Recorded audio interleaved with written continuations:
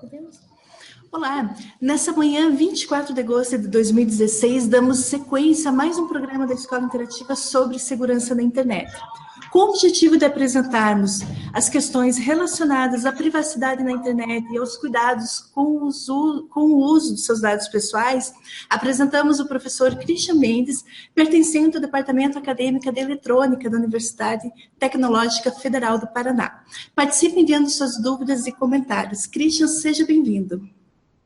Muito obrigado, Arissa. Muito obrigado aos organizadores.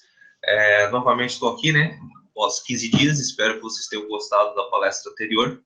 E essa nova palestra, pessoal, ela é bem focada em privacidade da internet. Tá? A gente ouve falar muito sobre isso, só que na prática a gente sempre pensa o seguinte: isso acontece com o outro e nunca acontece conosco. Simples. Então, eu vou apresentar para vocês, eu vou passar aqui para os slides para a gente iniciar a nossa apresentação, ok? Vamos lá.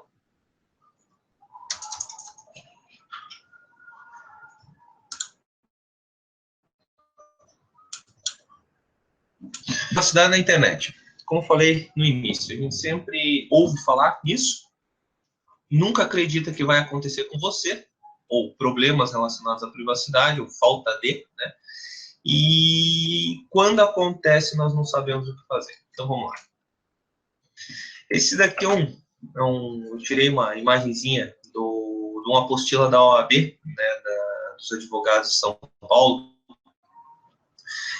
Recomendação e boas práticas para o uso seguro da internet para toda a família. E por que eu peguei exatamente essa imagem? Pode ler, está escrito o seguinte: pense nisso. Reflita bem sobre o que pode ser compartilhado, pública e abertamente, a respeito de sua vida sem exigir confiança e segredo. O uso descuidado da internet, que pode ser facilmente acessada por qualquer pessoa e que tem grande poder de disseminação, aumenta a possibilidade das informações sobre a sua vida serem desrespeitadas, deturpadas ou alteradas. Então, eu diria que a falta de privacidade na internet, ou a falta de preocupação que nós temos ao utilizar a internet, é um grande risco, tá? Já linkando com a palestra anterior. É um grande risco que nós temos aí para o nosso dia a dia, certo? Essa apostila que foi criada pela OAB, ela é bem interessante. Várias organizações aqui nacionais participaram da criação disso daqui, e é como se fosse um manual básico do uso da internet em relação a riscos e em relação à privacidade. Ok? Vamos para o próximo. Na própria apostila, nessa recomendação, tem uma frase que eu acho bem interessante. É aconselhável não disponibilizar para pessoas desconhecidas ou que não mereçam confiança informações que revelem seus hábitos pessoais, tais como mencionar nome da escola onde estuda, curso de inglês que frequenta, endereço de onde mora, viagens que já fez ou fará, etc. Pois tudo isso pode ser usado de forma maliciosa ou até mesmo criminosa. Aqui entra uma característica bem interessante, que é o seguinte: nós temos, por padrão, uma dificuldade muito grande de guardar segredos ou informações sobre nós. Isso é intrínseco ao ser humano, principalmente quando você tem uma idade ali entre 12 a 20 anos, 25 anos e assim por diante. Por quê?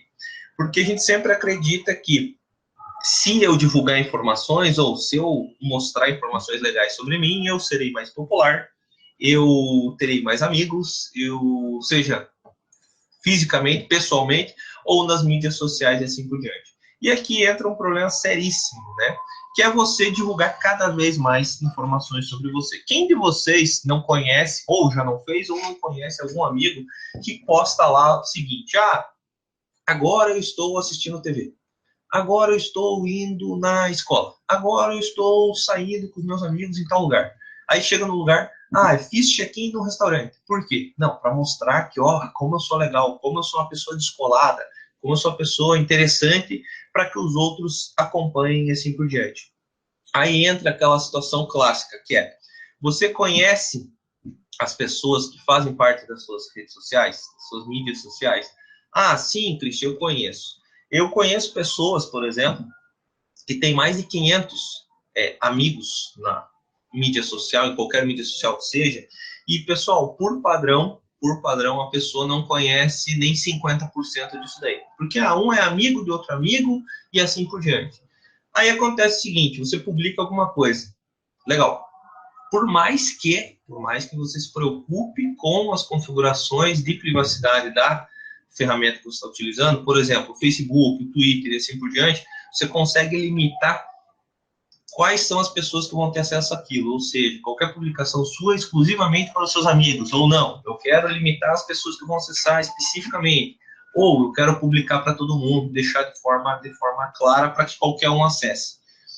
Mesmo com essas configurações possíveis, aceitou uma pessoa que você não conhece ela especificamente, quem disse que ela vai pegar aquela tua informação ou aquela tua foto e não vai fazer nada com ela de forma maliciosa. Tem um caso bem claro que aconteceu alguns dias atrás, até passou no Fantástico e tudo mais, vocês devem ter acompanhado, de um sequestro que ocorreu, né, de um rapaz, se eu não estou enganado, de classe média, que aconteceu o quê? Ele publicava no Facebook todas as saídas dele, todos os passeios dele, ou seja, toda a parte relacionada à diversão dele, ele publicava na internet. Se eu não estou enganado, no Facebook. O que aconteceu? E aquela síndrome de querer ser popular, né, principalmente quando você é mais novo, gerou o quê? Gerou a seguinte situação, ele começou a aceitar pessoas na mídia social dele que ele não conhecia. Mas por quê? Para ele ser mais popular, para parecer que ele tem mais amigos virtuais e assim por diante. O que os criminosos fizeram, pessoal? Eles ficaram acompanhando a vida da pessoa, simples. Ele postava, eles não precisaram acessar nenhuma informação indevida, não precisavam roubar dados nenhum, ou seja, invadir o computador do alvo, nada. Simplesmente eles acompanharam a mídia social dessa pessoa. Legal. O que tinha na mídia social dessa pessoa? Ele ficava postando fotos relacionadas a passeios e passeios com lancha, passeios com carros bonitos, assim por diante, lugares que ele saía, como algumas baladas e tudo mais, que eram baladas da alta sociedade. E o que esses criminosos começaram a fazer? Ótimo, estamos acompanhando, a pessoa já está disponibilizando todas essas informações mesmo, vamos começar a frequentar os mesmos lugares dessa pessoa. Para que o quê? Para que possa sequestrá-lo. E foi o que aconteceu. Essa pessoa, esse rapaz, ele continuava frequentando e sempre postando as informações nas mídias sociais. Os criminosos acompanhando, por quê? Porque já faziam parte do seleto grupo de amigos virtuais dessa pessoa, mesmo sem essa pessoa jamais ter os vistos. E o que aconteceu? Eles acompanharam, chegaram a uma determinada situação, numa determinada festa que esse rapaz estava, sequestraram ele. Sequestraram ele e começaram a pedir resgate para a família, e a família falou, não, a gente não tem dinheiro e assim por diante. E aí os sequestradores falaram, não, pare de brincar com a gente. Não, mas a gente não tem, peraí, como que teu filho há meses fica postando fotos de carros luxuosos, de passeios em lancha, de viagens para fora do país, e locais que ele frequentava como baladas, festas, assim por diante, da alta sociedade, ou que exigia ter um bom dinheiro para frequentá-lo, como que você não tem dinheiro? E o pai ficou desesperado, falou, não, mas isso era uma forma que o meu filho fazia com os amigos dele, mas ele em si não tem dinheiro. Ah, se vira. Com uma situação que a pessoa, a princípio, se ela não tivesse feito tanta divulgação ou se mostrado tanto nas mídias sociais, isso não iria ocorrer. Ou seja, seria uma pessoa muito provavelmente que jamais passaria pela cabeça de algum sequestrador realizar esse sequestro. Por quê? Porque não teria informações sobre essa pessoa. Seria uma pessoa comum, um rapaz na internet, sem se preocupar nem um pouco com a privacidade e assim por diante, que gerou esse problema sério, né, para a família toda. A polícia conseguiu liberar, descobriu o local do cativeiro, conseguiu liberar o rapaz, e mesmo a polícia informou o seguinte, olha, pessoal, isso está crescendo, esse tipo de crime está crescendo muito. Por quê? Porque as pessoas cada dia mais perdem a noção do que elas devem ou não devem publicar na internet, devem ou não divulgar, então isso é bem preocupante. tá? Bem preocupante. E, de novo, pessoal, parece que eu comento assim, isso é mais focado para adolescentes. Não, isso é focado para todo mundo. O detalhe é que, prioritariamente, adolescentes caem nessa situação de que eu quero ser mais popular do que o meu vizinho, do que o meu colega, eu quero ter mais amigos virtuais e assim por diante. Então você fica muitas vezes aceitando pessoas das suas mídias sociais de forma que você não tem restrições específicas, tá? Então, um exemplo, até comentei na palestra anterior, exatamente sobre isso, sobre você aceitar pessoas que você não conhece nas suas mídias sociais, e coincidentemente, surgiram 5 ou 10 pedidos de amizade virtual de pessoas que eu não tenho a menor ideia de quem sejam, e especificamente não são nem do Brasil. Então, assim, se eu quisesse, ia lá e selecionava, vou liberar e vou fazer novos amigos virtuais. Pessoal, sinceramente, eu diria que gera muito mais preocupação em liberar e aceitar essas pessoas do que eu não tê-las como amigos. Esse daqui é uma imagem bem interessante. Essa é uma imagem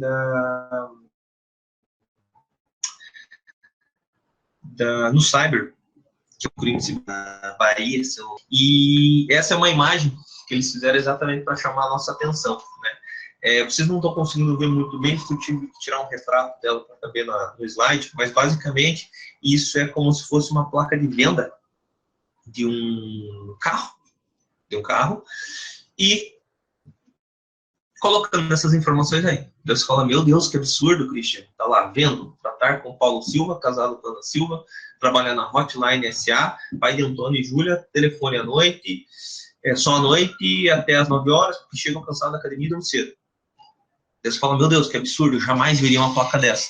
Você concorda comigo que na grande maioria das vezes você vê exatamente esse tipo de situação numa mídia social, seja no Facebook, seja em qualquer mídia dessas que a gente usa para conversar com os nossos amigos virtuais? Esse é o padrão. Essa é a situação típica que, lógico, trazendo para o nosso dia a dia físico, isso não acontece. É muito pouco possível. Agora, no nosso dia a dia virtual, isso é muito comum de acontecer. Você fala, não, mas eu nunca vi exatamente isso. Vocês concordam comigo que a partir do momento que a pessoa posta lá que toda noite, tal horário, ela está na academia, ela está exatamente dizendo isso aqui. Que até às 9 horas ela está na academia e dorme cedo. Ou seja, isso aqui, pessoal, se eu acompanhar a mídia social de alguém por pouco tempo, poucos dias, isso já até tem, inclusive, estudos, né? Que comprovam que se eu acompanhar por alguns dias, se eu não tenho nada entre 7 a 12 dias, a mídia social de alguma pessoa, eu consigo ter o perfil profissional, perfil psicológico dessa pessoa. E, sem dúvida nenhuma, conseguir descobrir a rotina dela, né? Então, isso daqui é mais para a gente ficar alerta, e assim como a gente achou absurdo, até eu usaria a palavra pitoresco, uma situação como essa, é preocupante. Aqui tem um vídeo, bem rapidinho, que eu vou mostrar para vocês, rápido, de um projeto da Unicef, tá? De internet sem vacilo.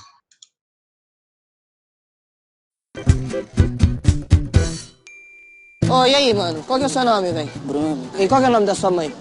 Caralho, que entrevista é essa? E o que você vai fazer hoje? Eu vou no cinema Cinema com quem? com a minha amiga. Você namora? Você namora? Namoro. Você tem foto dele? Tem. Posso ver? Não? Invasivos. Deixa eu ver essas fotos. Pode ver. Mesmo? Pode. Essa menina está mostrando as fotos dela. Não é pra mostrar, então ela não conhece ele.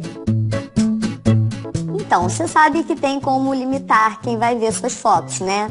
Até porque, né, temos stalkers aí. Acho que só de você prestar atenção no que você tá compartilhando já tá ótimo. Só fica ligadinho, só fica esperto. Só pensa mais uma vezinha só antes de enviar.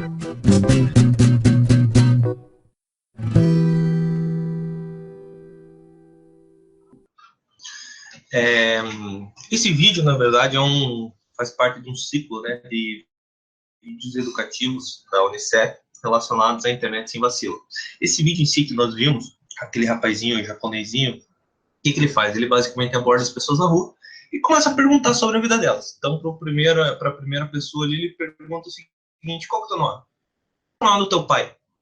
A pessoa já fica preocupada e fala assim, não, peraí, por que você quer saber o nome do meu pai? Isso é muito invasivo. Não, só queria saber, por curiosidade.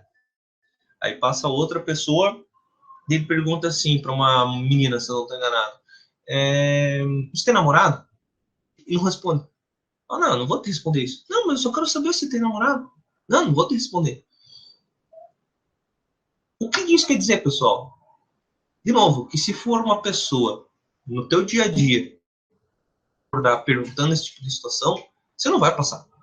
Agora, a gente muitas vezes não se preocupa que nas mídias sociais, onde a gente disponibiliza informações e assim por diante, a gente fala tudo isso daí e muito mais. Muito mais.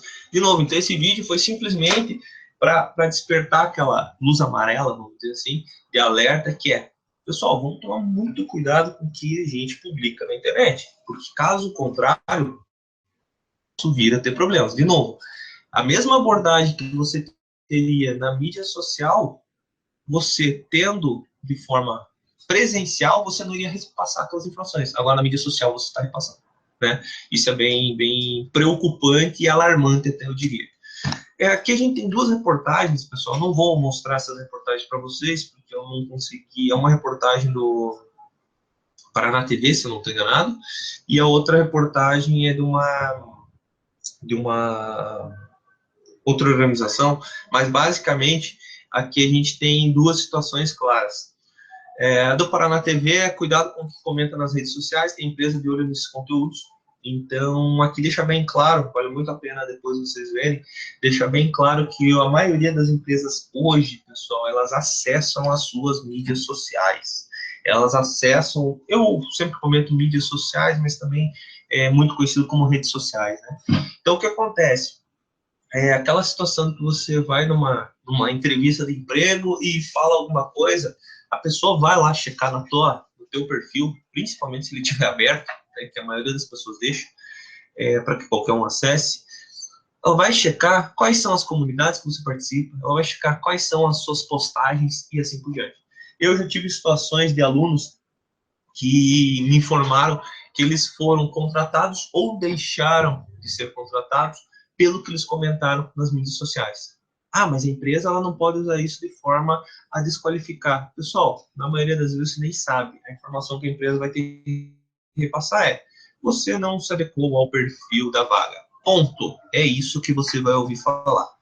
Por que eu falo isso? Eu tenho amigos gestão de pessoas em grandes empresas, especificamente na área de telecom e tecnologia, e eles deixam claro, falam, Cristian, é o seguinte, acontece a pessoa vir aqui conversar com a gente, falar, parecer um anjinho, parecer um cordeiro, quando a gente vai pesquisar nas mídias sociais dessa pessoa, essa pessoa é totalmente contrária, essa pessoa tem lá, eu odeio, bota posts, eu odeio meu chefe, eu não gosto de trabalhar, se eu pudesse eu só ficaria passeando e enganando minha empresa para conseguir receber o meu salário e assim por diante. Ou seja, pessoal, de novo, lógico que tudo isso que eu estou comentando com vocês não é uma forma nem correta de se pensar, muito menos de se escrever isso e divulgar. Agora, sim, de novo, sempre lembre o seguinte, o que você postou na internet, em qualquer mídia social, em qualquer site de relacionamento, em qualquer local que você postou uma foto, né, aplicações para compartilhamento de fotos assim por diante, a probabilidade de você conseguir retirar isso dali é mínima. É mínima. Sempre guarde isso na sua cabeça. Tá? É mínimo. Então, essa é uma preocupação que a gente tem que ter, como até o próprio vídeo da Internet Sem Vacilo da Unicef comenta. A moça ali no final ela falou o seguinte, olha, pense pelo menos 2 vezes antes de você postar alguma coisa. Mas é legal postar isso. Mas pense pelo menos mais de uma vez. E a segunda reportagem, que é invasando privacidade ali, na verdade, essa segunda, desculpa, ela não é uma reportagem, ela é um vídeo, tá? De uma campanha de conscientização. Tem 2 pessoas conversando e um deles vai postar uma foto dele numa festa alcoolizado com outras pessoas. Aí a pessoa do lado fala o seguinte, você tem certeza que você vai postar isso? Vou, é legal, tal, a gente estava se divertindo. de novo, mas você pediu permissão para essas pessoas que estão junto com você na foto? O menino fala, não pedi, mas só vou postar para os meus amigos. Aí a pessoa pergunta, a segunda pessoa pergunta de novo, tá, mas você conhece todos os seus amigos virtuais? A maioria deles sim, mas não vão me gerar nenhum problema. Como que você tem certeza que não vão pegar aquela foto, não vão divulgar, não vão fazer uma montagem, fazer qualquer coisa do tipo para denegrir a imagem das pessoas que estão envolvidas ali? E outra, além de ser a sua imagem, você está envolvendo outras pessoas que você não pediu permissão para divulgar e assim por diante. Lembrando, que a gente vai falar mais para frente nos próximos encontros, em relação a essa área específica de crimes eletrônicos e assim por diante. Você pode ser, sim, responsabilizado por isso. Tá? Você pode ser, sim, responsabilizado por isso. A pessoa pode não gostar que você publicou a foto dela e assim por diante, e pode te responsabilizar. Ok? Essa daqui é um outro vídeo, também interessante, telas amigas, tá?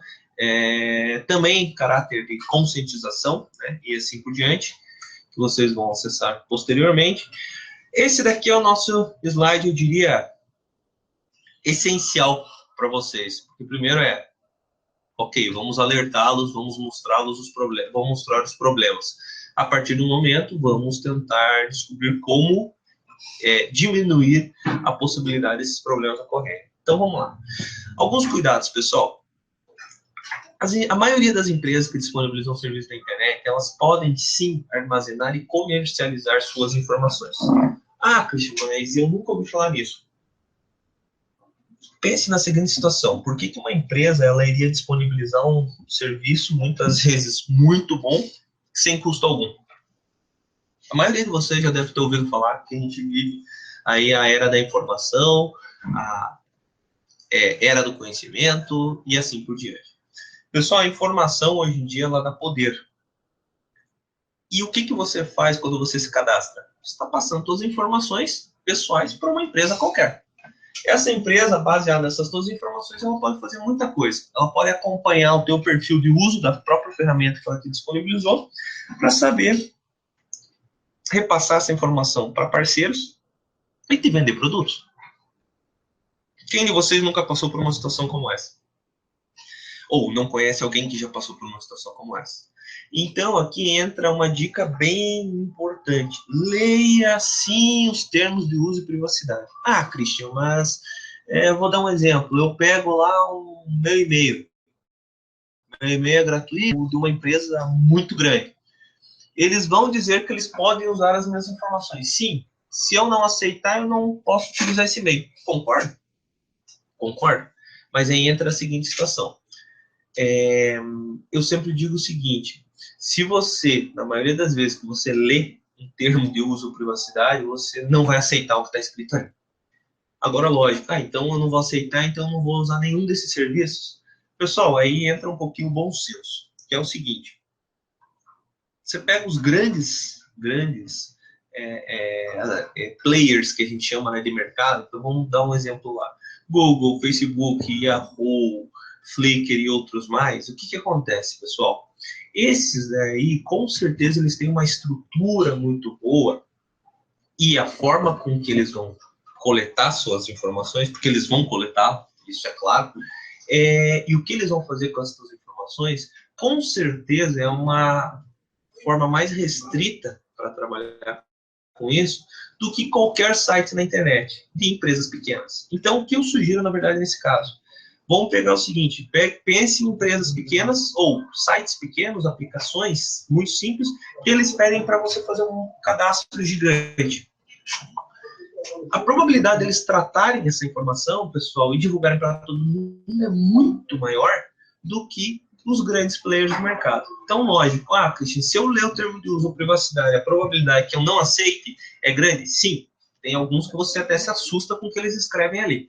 Mas, mesmo assim, tem grandes players no mercado que, mesmo eles informando que eles vão acessar suas informações e podem utilizá-las, a forma como eles fazem isso é uma forma muito grande e limitada do que os pequenos ou que nas empresas iriam fazer isso, tá? Então, aqui entra essa dica, porque senão também você vai falar o seguinte, Cristian, então eu vou ler todos os termos de uso, não vou aceitar nada, não vou ter serviço nenhum, não vou nem usar a internet. Não, né? A gente não está falando de uma situação tão extrema dessa forma.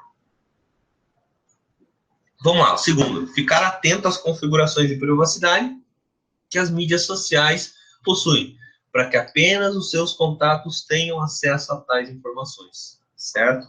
Isso aqui é muito importante. Lembrando que não basta simplesmente você limitar que apenas os seus contatos tenham acesso, mas sim restringir quem são os seus contatos, né? Aí entra aquela situação que eu já bati bastante, que é, pessoal, vamos nos preocupar em não aceitar qualquer pessoa no nosso círculo de amizade pessoal. Por quê? Nosso ciclo de amizade, virtual. Por quê? Porque se você não tem contato com essa pessoa, você não sabe se ela é uma boa pessoa, se ela vai agir de má fé, se ela quer usar suas informações para te sacanear, ou, como o caso que eu comentei com vocês, de sequestro e assim por diante. Terceira dica. Sempre verifique se a câmera do seu computador está ligada ou não. Você fala, nossa, eu nunca parei para pensar nisso. Pare e pense. Ocorre muito vazamento de vídeos na internet. Por quê? Porque as pessoas sofrem algum tipo de invasão ou recebem algum arquivo malicioso, executam na sua máquina, não percebem, e quando elas menos imaginam, a câmera do seu notebook ou do seu computador é ativada. Sim, ela realmente é ativada sem você ter a menor informação sobre isso. Normalmente, ela vai ter um sinalzinho verde ali, alguma informação mostrando que ela está ativada, mas a gente não fica olhando toda hora para isso. E aí, vídeos são gravados e divulgados na internet sem você ter a menor noção disso aí, certo? Saiu algum tempo atrás, se eu não estou enganado, o próprio Mark Zuckerberg, que é o criador do Facebook, ele coloca, assim como eu, um adesivo na frente da câmera do notebook. Por quê?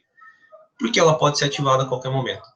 Cristian, mas espera aí eu tenho que me preocupar com outra situação. Sim, com arquivos maliciosos, com antivírus e tudo mais. Não é o foco nesse nosso momento aqui na nossa discussão. Mas, se preocupe com isso. Tá? Então, Cristian, mas espera aí, parece que você está sendo mensageiro do apocalipse, né? Só falando coisa ruim. Não, vamos lá. É interessante, a gente vai utilizar e tudo mais, mas, nesse caso específico, coloca um adesivinho ali na tua câmera, assim por diante, por quê? Para evitar que você passe por situações que você não gostaria. Você fala, mas qual a probabilidade disso acontecer? Hoje já não é mais tão pequena assim, tá? E normalmente o computador, seja notebook ou computador em casa, fica no quarto. Então é normal você trocar de roupa na frente do computador, é normal você fazer algumas coisas na frente do computador e você não querer que outras pessoas vejam. E realmente, você não está divulgando isso, mas alguém pode acessar essa tua câmera e gravar um vídeo e disponibilizar isso na internet. Depois, quando você for descobrir, já é tarde para isso. Nunca exponha informações que possam permitir que estranhos o localizem. De novo, aqui já é a segurança física da pessoa, tá? Por quê? Aquela ideia de check-in, estou no clube tal, estou no restaurante tal, estou não sei aonde, ou seja, a pessoa fica lá fazendo aquele check-in na mídia social, isso com certeza garante que a rastreabilidade do que você está fazendo. Se alguém tiver má intenção, quiser te prejudicar, vai acompanhar isso de forma fácil e vai gerar algum problema sério para você. Essas dicas, elas estão na cartilha da SaferNet, tá? Tem o link aqui embaixo também, ok? Pessoal, a ideia básica era essa, dessa nossa apresentação, tá? Espero ter colaborado um pouquinho, tentei me limitar aí aos meus 30 minutos, tá? Para que agora a gente possa conversar um pouco em relação a dúvidas e assim por diante, ok?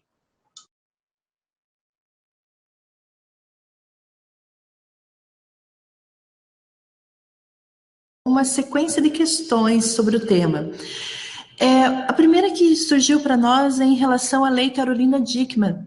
Se essa legislação alterou os crimes contra a privacidade? Boa pergunta. Eu vou falar um pouquinho sobre a Lei Carolina Dickmann, a Lei 12737, nas próximas apresentações, tá? Mas, já adiantando um pouquinho, a lei, ela deixou claro que invasão de dispositivos eletrônicos serão considerados crimes a partir desse momento. O que até então esse crime ele não era tipificado, certo? Só que tem uma discussão um pouquinho mais a fundo, que eu quero deixar para a próxima apresentação em relação a isso, que é crime virtual puro e crime virtual misto, que até então a gente não tinha uma tipificação clara e agora com a lei nós temos. Além disso, tem um detalhe muito importante que está relacionado à situação de que essa invasão de dispositivo ela tem que passar ou tem que ultrapassar um mecanismo de segurança. Então, isso é bem questionável e eu quero deixar um pouquinho mais para frente para a gente discutir isso de uma forma um pouco mais clara, tá bom? Aí, em relação a esses crimes cometidos na internet, os mais comuns, eles são relacionados à honra ou em relação ao patrimônio? Muito boa essa pergunta. Até então, a maioria dos crimes eram relacionados à honra. De algum tempo para cá, esse algum tempo eu falo aí alguns meses para cá, estão começando a ser relacionados a patrimônio também. Algo que até então era estava um pouquinho distante dos riscos existentes na internet, mas principalmente por normalmente garantirem a rastreabilidade do que elas fazem, com esses check-ins, informando onde eu estou, para onde eu estou indo, onde eu fui, assim por diante. Isso está permitindo que as pessoas, né, mal intencionadas, elas acompanhem o dia a dia das pessoas, dos usuários das mídias sociais, e aí sim cometam um crime contra o patrimônio e assim por diante. Você comentou, enfatizou muito, né, na verdade, essa questão das redes sociais e dessa exibição que existe, as pessoas que postam suas fotos e se mostram, né, em diversos lugares. Mas também acontece a situação em que a pessoa ela tem o cuidado com a sua rede social, então não aceitando a presença de desconhecidos no seu círculo de amizades, restringindo a privacidade da exibição de suas informações, porém, seus amigos acabam marcando essa pessoa que tem uma segurança própria, né, em relação à sua conduta na internet, acaba marcando ela em fotos que revelam sua rotina, revelam suas preferências, que é o que a gente tem que cuidar. Então, existe uma maneira de bloquear ou quais são os melhores procedimentos para bloquear essa situação ou evitar que a pessoa seja marcada em fotos ou em postagens de forma automática sem a sua autorização? Perfeito, ótimo comentário. O que acontece é o seguinte, eu sempre comento com meus alunos que a segurança, ela começa com você e termina com o teu colega. Que é o quê? Você tem que se preocupar com isso, e as pessoas com quem você tem contato também tem que se preocupar com isso. Caso contrário, você se preocupou, mas, como vocês mesmos comentaram aí, eu fui marcado por outra pessoa e assim por diante. Então, eu vou falar de forma um pouquinho mais genérica, porque a gente tem N ferramentas aí, né, N mídias sociais e assim por diante, que eu não teria como ficar falando aqui pontualmente de cada uma. Mas cada uma das mídias sociais ou aplicações que a gente tem por aí para compartilhamento, seja de fotos, vídeos, mensagens e assim por diante, elas têm configurações pré-específicas, tá? Que você pode selecioná-las, evitando que outras pessoas marquem você. Ou seja, se alguém te marcou, ou no mínimo, se alguém te marcou, te selecionou, você vai ser informado e você pode retirar essa marcação. Mas isso varia de ferramenta para ferramenta. Vai ser muito interessante essa preocupação, com certeza. Aí tem uma outra questão que quem nos enviou não sabe se o momento adequado é esse ou não, será abordado em outra escola interativa, mas é uma explicação sua, então, sobre o que é o certificado digital. Ótima pergunta. Na verdade, ela foge um pouquinho do que a gente está falando aqui nesse momento. Eu vou abordar isso de forma um pouquinho mais clara mais para frente. Mas o que acontece basicamente é o seguinte: certificado digital, pessoal, é de uma forma extremamente didática, tá? Certificado digital é a tua identidade. Então pense o teu RG. Teu RG é onde você vai, o que você faz, você mostra o teu RG. A ideia do certificado digital para a internet é a mesma. Você seja gerado um certificado digital exclusivamente para cada pessoa, e qualquer coisa que você vier a fazer futuramente, a internet ainda não tem essa pré-definição nesse momento, mas que eu venha a fazer, eu utilize esse certificado digital e garanta o que a gente chama de... O que é o termo não repúdio? É um termo mais técnico, mas que ele garanta que eu, Christian, fiz determinada coisa na internet. Hoje é muito fácil qualquer pessoa se fazer passar por qualquer outra pessoa na internet. Isso não é algo complexo. Agora, com o certificado digital, eu vou comprovar cada coisa que eu for fazer na internet, eu vou, entre aspas, assinar digitalmente com esse certificado, ou com essa minha identidade digital, vamos dizer. Eu vou assinar especificamente qualquer coisa que eu faço com esse meu certificado digital. Aí qualquer pessoa que acesse as informações que eu publiquei ou qualquer coisa que eu faço na internet, a pessoa vai verificar e vai identificar o seguinte: ó, essa informação aqui foi assinada com o certificado do Christian. E vai saber que realmente fui eu quem fez aquela determinada ação. Perfeito. Outra questão, assim, o uso das tecnologias, ele ficou por muito tempo associado principalmente às pessoas jovens. Aí, inclusive, com incentivos, esses programas da alfabetização digital, o uso da internet e dos recursos de computador de dispositivos móveis passou também a atingir uma maior parcela da população, independente da faixa etária. Então, desde as crianças até as pessoas mais idosas, estão com acesso maior às redes. Agora a questão posta, existe a ideia de que os adolescentes eles são as maiores vítimas de crimes na internet ou maiores vítimas em relação à sua exposição na internet. Isso é real? Ou talvez os jovens, que muitos também associam essa questão deles terem uma facilidade maior em relação às ferramentas? Então, essa questão dos adolescentes serem mais vítimas do que os adultos, isso é real? Ou talvez os jovens eles estejam mais preparados que os adultos em relação a essas armadilhas da privacidade? Ótima pergunta. Gostei bastante dessa pergunta. O que acontece é o seguinte: nós temos várias pesquisas e relatórios feitos por diversas empresas, inclusive pelo CGIBR, né, que é um órgão nacional que cuida da internet, vamos dizer, o NIC-BR e assim por diante, que cuida da internet no Brasil, que deixam claro o seguinte: a maioria dos adolescentes em si, eles estão inseridos na internet, estão envolvidos com a internet. Então, esse é o principal foco da maioria dos problemas que existem aí. Então, vamos lá. Percentualmente falando, os adolescentes eles estão muito mais envolvidos com a internet e muito mais suscetíveis aos problemas que ocorrem, certo? Por isso que a gente fala tanto em relação ao adolescente, em relação ao adolescente. Mas qualquer pessoa está suscetível a passar por situações como essa. Mas aí eu tenho outras, pessoalmente, eu considero duas explicações. Quais são elas? Primeira, eu considero o seguinte: além do adolescente ele estar mais envolvido na internet do que a pessoa que é um pouco mais, tem uma idade um pouco maior, além disso, acontece o seguinte: as pessoas que têm uma certa idade, elas têm um certo mais receio e elas têm maior preocupação com o que elas realmente postam na internet ou o que elas fazem na internet. Por quê? Porque ela tem noção, muitas vezes, do problema que isso pode gerar para ela.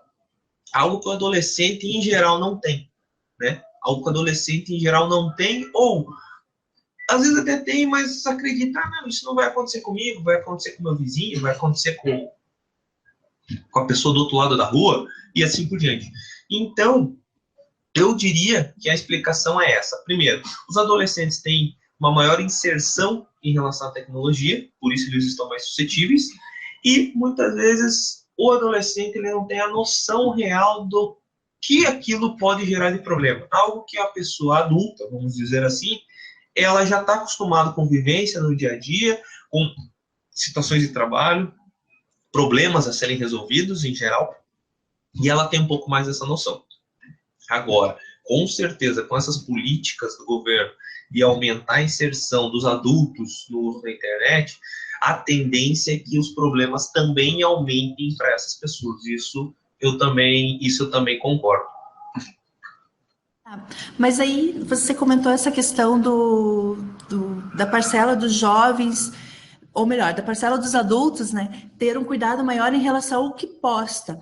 Porém, existe também a questão da navegação, que também os riscos, eles não dependem só dos cuidados, né, não dependem só do que nós postamos, do que nós abrimos, né, o mundo, mas também pelos sites que frequentamos, pelas navegações que fazemos. A questão que eu faço agora, eu não sei também se ela cabe, né, para essa escola interativa, e também se esse assunto vai ser abordado na escola interativa, na nossa próxima escola interativa, sobre o uso dos dispositivos móveis. Mas a questão, assim, que hoje, o tema abordado hoje é sobre a privacidade na internet e a proteção dos dados pessoais. Então, diante desse tema, dessa abordagem, a questão que eu faço é se tanto nos navegadores em notebooks e desktops, quanto nos navegadores nos dispositivos móveis, que acabam até sendo mais usados por parte da população. Se o recurso da navegação privativa, que é disponibilizado pelos sistemas operacionais, como Android ou iOS, se ele efetivamente é válido.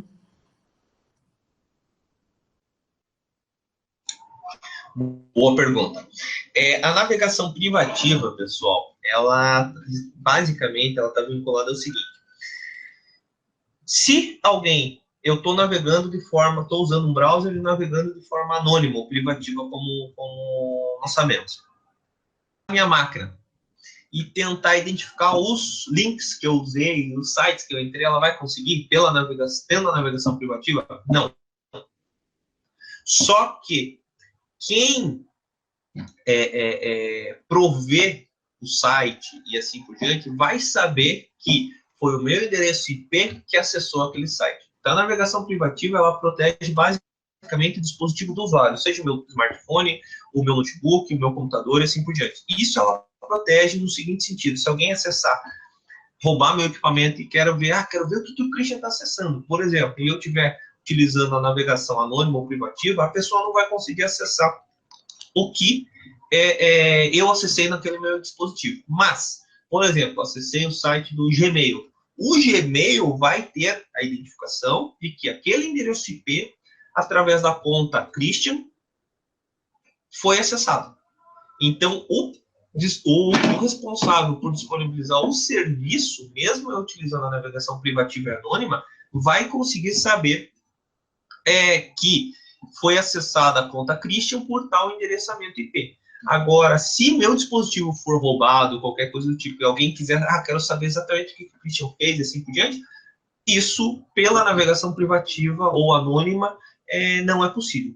Tá? Não sei se eu consegui responder a tua pergunta. Não, sim. Bom, em relação, então, às perguntas, nós encerramos agora. No decorrer da sua fala, a sua apresentação ela será disponibilizada, né, junto com a gravação no portal Dia de Educação, na página, né, das escolas interativas, das transmissões online. Mas no decorrer da sua fala, eu fiz a indicação de alguns dos links citados. Então, nós colocamos no espaço do chat